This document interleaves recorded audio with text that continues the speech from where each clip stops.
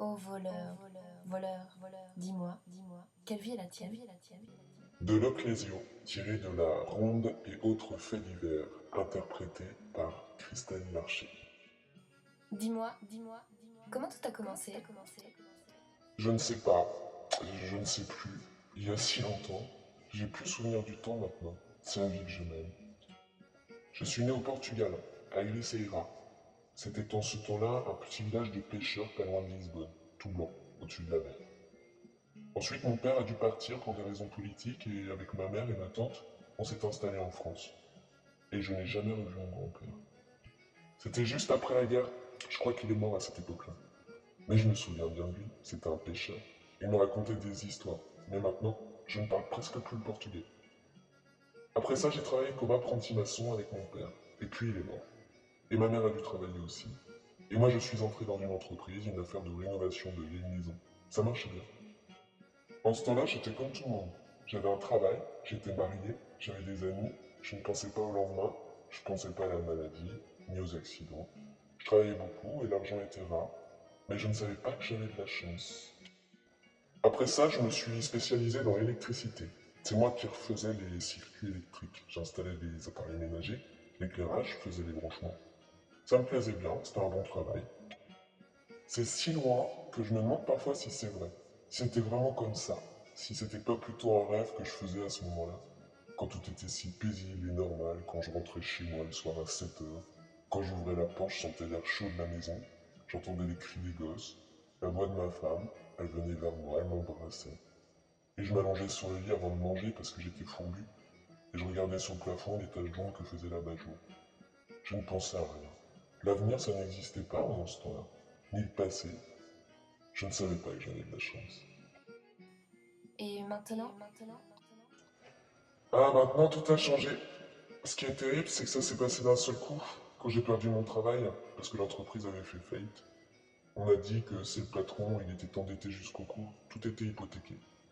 Alors il a filé un jour sans prévenir et il nous devait 3 mois de salaire. Il est venu juste d'encaisser un acompte sur un travail. Les journaux ont parlé de ça. Nous, on l'a jamais revu, ni lui ni l'argent. Alors tout le monde s'est retrouvé sans rien. Ça fait comme un grand trou dans lequel on est tous tombés. Les autres, je sais pas ce qu'ils sont devenus, je crois qu'ils sont partis ailleurs, connaissaient des gens qui pouvaient les aider. Au début, j'ai cru que tout allait s'arranger. J'ai cru que j'allais retrouver du travail facilement. Mais il n'y avait rien. Parce que les entrepreneurs engagent des gens qui n'ont pas de famille, des étrangers. C'est plus facile quand ils veulent s'en débarrasser. Et pour l'électricité, je n'avais pas de CAP. Personne ne m'aurait confié un travail comme ça. Alors les mois sont passés, j'avais toujours rien. Et c'était difficile de manger, payer l'éducation de mes fils. Ma femme ne pouvait pas travailler, elle avait des ennuis de santé. On n'avait même pas d'argent pour acheter les médicaments. Et puis, un des amis qui venait de se marier m'a prêté son travail. Et je suis allé travailler 3 mois en Belgique, dans les hauts fourneaux. C'était dur. Surtout que je devais vivre tout seul à l'hôtel. Mais j'ai gagné pas mal d'argent. Et avec ça, j'ai pu acheter une auto. Une Peugeot fourgonnette. Celle que j'ai encore. En ce temps-là, je m'étais mis dans la tête qu'avec une fourgonnette, je pourrais peut-être faire du transport pour les chantiers, ou bien chercher des légumes au marché. Mais après, ça a été encore plus dur parce que j'avais plus rien du tout. J'avais même perdu les allocations. On allait mourir de faim. Ma femme, mes enfants. C'est comme ça que je me suis décidé. Au début, je me suis dit que c'était provisoire. Le temps de trouver un peu d'argent, le temps d'attendre. Maintenant, ça fait 3 ans que ça dure. Je sais que ça ne changera plus. S'il n'y avait pas ma femme, les enfants, je pourrais peut-être m'en aller. Je sais pas, au Canada, en Australie, n'importe où. Changer d'endroit, changer de vie. Est-ce qu'ils savent? Mes enfants? Non, non, eux ne savent rien. On ne peut pas leur dire, ils sont trop jeunes, ils ne comprendraient pas que leur père est devenu un voleur. Au début, je voulais pas le dire à ma femme. Je lui disais que j'avais fini par trouver du travail, que j'étais gardien de nuit sur les chantiers. Mais elle voyait bien tout ce que je ramenais. Les postes de télévision, les chaînes hi les appareils ménagers, ou bien les bibelots, l'argenterie, parce que j'entreposais tout ça dans le garage. Elle a bien fini par se douter de quelque chose. Elle n'a rien dit, mais je voyais bien qu'elle se doutait de quelque chose. Qu'est-ce qu'elle pouvait dire? Autrefois, nous en étions arrivés, nous n'avions plus rien à perdre. C'était ça, on m'en dit dans la rue. Elle n'a rien dit, non. Mais un jour, elle est entrée dans le garage pendant que je déchargeais la voiture en attendant l'acheteur. J'avais tout de suite trouvé un bon acheteur, tu comprends, lui, il gagnait gros sans courir de risque. Il avait un magasin d'électroménager en ville et un autre magasin d'antiquités ailleurs dans les environs de Paris, je crois. Il achetait tout ça au dixième de la valeur. Les antiquités les payaient mieux, mais il prenait pas n'importe quoi. Il disait qu'il fallait que ça vaille la peine parce que c'était risqué. Un jour, il m'a refusé une pendule, une vieille pendule, parce qu'il m'a dit qu'il n'y en avait que 3 ou 4 comme ça dans le monde. Il risquait de se faire repérer. Alors j'ai donné la pendule à ma femme, mais ça lui a pas plu. Je crois bien qu'elle l'a jetée à la poubelle quelques jours plus tard. Peut-être que ça lui faisait peur. Oui, alors, ce jour-là, pendant que je déchargeais la fourgonnette, elle est arrivée, elle m'a regardé, elle a un peu souri, mais je sentais bien qu'elle était triste dans le fond. Elle m'a dit seulement, je m'en souviens bien, il n'y a pas de danger. J'ai eu honte, je lui ai dit non, et de partir parce que l'acheteur allait arriver, et je ne voulais pas qu'il la voie. Non, je ne voudrais pas que mes enfants apprennent ça. Ils sont trop jeunes. Ils croient que je travaille comme avant. Maintenant, je leur dis que je travaille la nuit, et que c'est pour ça que je dois partir la nuit et que je dors une partie de la journée. Tu aimes cette vie? Non, au début, j'aimais pas ça du tout. Mais maintenant, qu'est-ce que je peux faire? Tu sors toutes les nuits? Ça dépend. Ça dépend des endroits. Il y a des quartiers où il y a personne pendant l'été, d'autres où c'est pendant l'hiver. Quelquefois, je reste longtemps sans sortir. Il faut que j'attende, parce que je sais que je risque de me faire prendre. Mais quelquefois, on a besoin d'argent à la maison, pour les vêtements, pour les médicaments. Ou bien il faut payer le loyer, l'électricité. Il faut que je me débrouille. Je cherche les morts. Les morts? Oui, tu comprends. Tu lis le journal et quand tu vois quelqu'un qui est mort, un riche, tu sais que le jour de l'enterrement, tu vas pouvoir visiter sa maison. C'est comme ça que tu fais, en général. Ça dépend. Il n'y a pas de règle. Il y a des coups que je fais que la nuit, quand c'est dans les quartiers éloignés, parce que je sais que je serai tranquille. Quelquefois, je peux faire ça le jour, vers 1 heure de l'après-midi. En général, je veux pas faire ça le jour. J'attends la nuit. Même le petit matin, tu sais, vers 3 4 heures. C'est le meilleur moment parce qu'il n'y a plus personne dans les rues. Même les flics dorment à cette heure-là. Mais j'entre jamais dans une maison quand il y a quelqu'un. Comment sais-tu qu'il n'y a personne? Ça se voit tout de suite, c'est vrai, quand t'as l'habitude. La poussière devant la porte ou les feuilles mortes ou bien les journaux empilés sur les boîtes aux lettres. Tu entres par la porte? Quand c'est facile, oui, je force la serrure ou bien je me sers d'une fausse clé. Si ça résiste, j'essaye de passer par une fenêtre. Je casse un carreau avec une ventouse et je passe par la fenêtre. Je mets toujours des gants pour ne pas laisser de traces et puis pour pas me blesser. Et les alarmes? Si c'est compliqué, je laisse tomber. Mais en général, c'est des trucs simples. Tu les vois du premier coup d'œil, tu n'as qu'à couper les fils.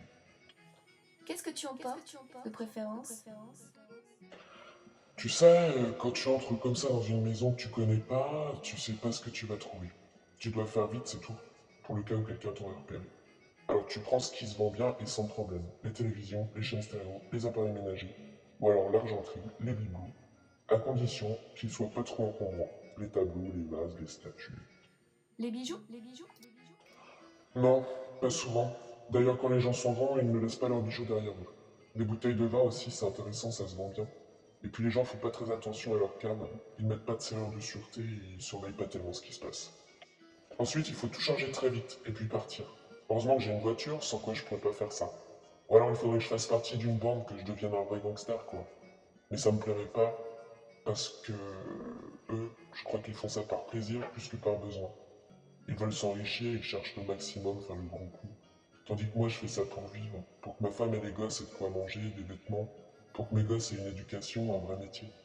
Si je retrouvais demain du travail, je m'arrêterais tout de suite de voler. Je pourrais de nouveau rentrer chez moi tranquillement le soir, je m'allongerais sur le lit avant le dîner, je regarderais les taches d'ombre sur le plafond, sans penser à rien, sans penser à l'avenir, sans avoir peur de rien. Maintenant, j'ai l'impression que ma vie est vide, qu'il n'y a rien derrière tout ça, comme un décor. Les maisons, les gens, les voitures, j'ai l'impression que tout est faux et truqué, qu'un jour on va me dire, tout ça est de la comédie, ça n'appartient à personne. Alors pour pas penser à ça, l'après-midi, je sors dans la rue et je commence à marcher au hasard, marcher, au soleil ou sous la pluie. Et je me sens un étranger, comme si j'arrivais juste par le train et que je connaissais personne dans la ville. Personne. Et tes amis?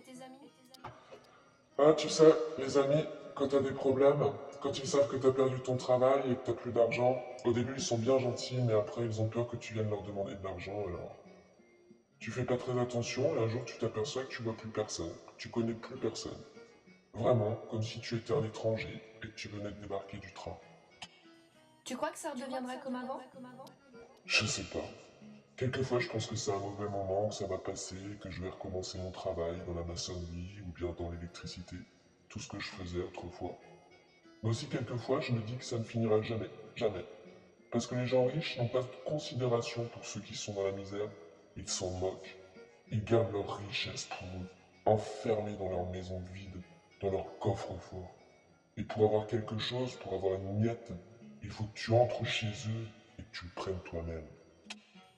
Qu'est-ce que ça te fait quand tu penses que tu es devenu un voleur? Si ça me fait quelque chose, ça me serre la gorge et ça m'accable. Tu sais, quelquefois le soir, je rentre à la maison à l'heure du dîner et c'est plus du tout comme autrefois.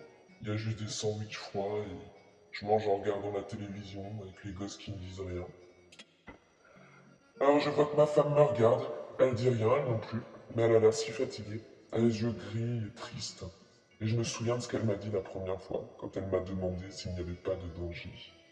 Moi je lui ai dit non, mais ça n'était pas vrai. Parce que je sais bien qu'un jour c'est fatal, il y aura un problème. Déjà, 3 ou 4 fois ça a failli tourner mal. Il y a des gens qui m'ont tiré dessus à coups de fusil. Je suis habillé tout en noir. En survêtement, j'ai des gants noirs et une cagoule. Et heureusement, à cause de ça, ils m'ont raté. Parce qu'ils ne me voyaient pas dans la nuit. Mais une fois, c'est fatal, il le faut bien, ça arrivera.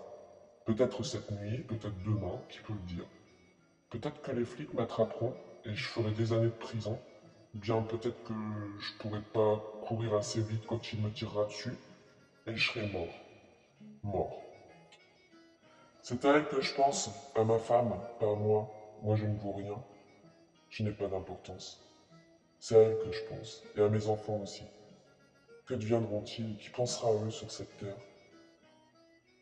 Quand je vivais encore à Ericeira, mon grand-père s'occupait bien de moi. Je me souviens d'une poésie qu'il me chantonnait souvent et je me demande pourquoi je me suis souvenu de celle-là plutôt que d'une autre. Peut-être que c'est ça la destinée. Est-ce que tu comprends un peu le portugais? Ça se chantait comme ça. Écoute. O ladrão, vida é tua. Comer e beber, passear pela rua. Era meia-noite, quando o ladrão veio